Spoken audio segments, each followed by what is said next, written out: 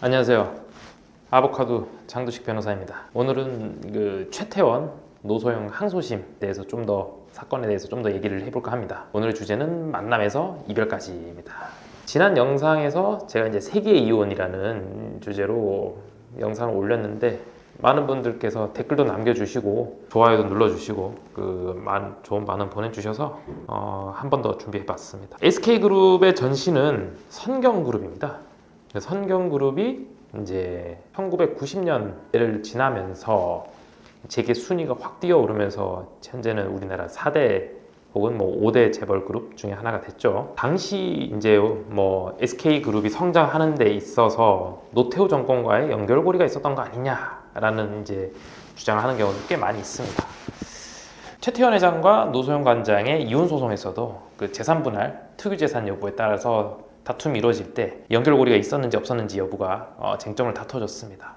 노소영 관장은 이렇게 주장했습니다. 아무래도 특유재산이라는 주장을 할 때 SK그룹에 대한 본인이 주식이라든지 소유하고 있는 바가 너무 작으니까 결국 그룹 성장하는 데 있어서 SK그룹이 결혼 후에 성장하는 데 있어서 우리가 막대한 지원을 해줬는데 이게 노태우 정권, 그러니까 노소영 관장의 아버지가 대통령으로 있을 때 어떠한 연결고리가 있었다 하는 주장을 했죠. 가장 대표적인 회사 한국석유공사, 예전에 이제 유공이라고 불렸죠. 현재 SK에너지고, 한국이동통신, 현재 SK텔레콤이죠. 이 두 개의 회사를 인수하면서 SK그룹이 막대하게 성장을 하게 됩니다.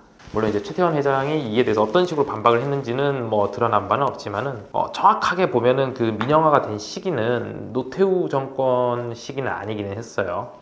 한국석유공사는 1980년 민영화가 됐고, 이때는 이제 전두환 정권 시절이죠. 그리고 한국이동통신은 1994년에 민영화가 됐어요. 김영삼 정부, 무민정부 시절이죠. 그래서 이게 과연 연결고리가 있는가 없는가 관련해서 여러 가지 이제 기사들도 뜨고 당시의 증언 같은 것들도 지금 나오고 있는데 명확하게 밝혀진 바는 없어요. 다만 이 부분에 대한 주장을 아마 이혼 사건 재판부에 아마 한 걸로 추정이 됩니다. 한국석유공사는 이제 유공 말씀드린 것처럼 현재 SK에너지로 알려져 있죠. 그래서 성경그룹이 유공을 인수하는 조건에 대해서 어떤 특혜를 제공한 거 아니냐, 이런 의혹들이 좀 있어요. 당시에 이제 정부에서 국유화되어 있던 기업들의 민영화를 진행하면서 이제 SK그룹이 석유 부분에 대해서 이제 확장을 하게 되죠. 문제가 됐던 이유는 그거였어요. 유공 같은 경우에는 당시 석유공사의 매출이 선경그룹의 10배가 넘었어요. 그래서 세간의 평은 당시 성경그룹이 유공을 인수한다고 했었을 때 새우가 고래를 먹었다, 아니면 개구리가 부렁이를 삼켰다, 이런 평가도 있었는데 요거 인수하고 나서 성경이 재계 순위가 5위까지 올라서게 됩니다. 그래서 이때 유공 인수 과정에서 노태우 전 대통령이 연관됐다, 아니면 어떠한 형태로 원래는 다른 그룹으로 가기로 했었는데 성경으로 막판에 변경이 됐다, 이런 설들이 왔다 갔다 하는데 명확하게 밝혀진 바는 없습니다. 두 번째는 이제 이동통신 사업이죠. 우리나라 어떤 굴지의 이동통신사 SK텔레콤이 이제 이때 설립이 되는데 요거는 확실히 좀 이슈가 좀 있었어요. SK 쪽에서는 SK텔레콤이 노태우 정권 때문에 탄생했다, 이런 주장을 정면으로 반박하고 있습니다.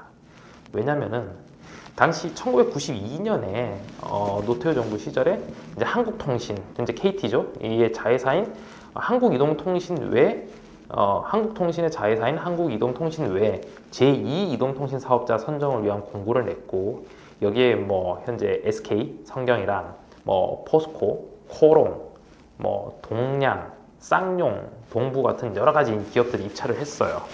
근데 성경은 이미 80년대부터 통신 사업을 준비해 왔었기 때문에 압도적 차이로 이제 제2이동통신 사업 대상자로 최종 낙찰을 받았어요. 그런데 당시 이제 정치권에서는 이 성경그룹이 한국이동통신을 인수한다는 것 자체가 약간 대통령의 사위가 이제 낙찰을 받았으니까 이거는 좀 특혜론이 있다라고 이제 좀 문제가 삼아서 성경 입장에서도 그러면은 우리도 차기 정권에서 다시 이거를 공정하게 참여를 하겠다라고 해서 일주일 만에 사업권을 반납을 합니다. 그리고 나서 다시 이제 1994년에 사업자 선정 절차를 진행하죠. 김영삼 정부 하에서. 그때 성경그룹이 이제 1994년에 공개 입찰을 통해서 한국이동통신 주식 23% 확보하면서 이제 이동통신 사업 진출에 성공하죠. 대신 이제 2년 뒤에 진출을 하게 되면서 성경그룹은 막대한 돈을 쓰게 됩니다. 왜냐하면 민영화한다는 소식이 알려지고 나서 한국이동통신의 주가가 폭등했기 때문이죠. 그래서 뭐 주식이 한 4배 정도 급등을 해가지고 이때 부동의 이동통신 사업자가 됐습니다.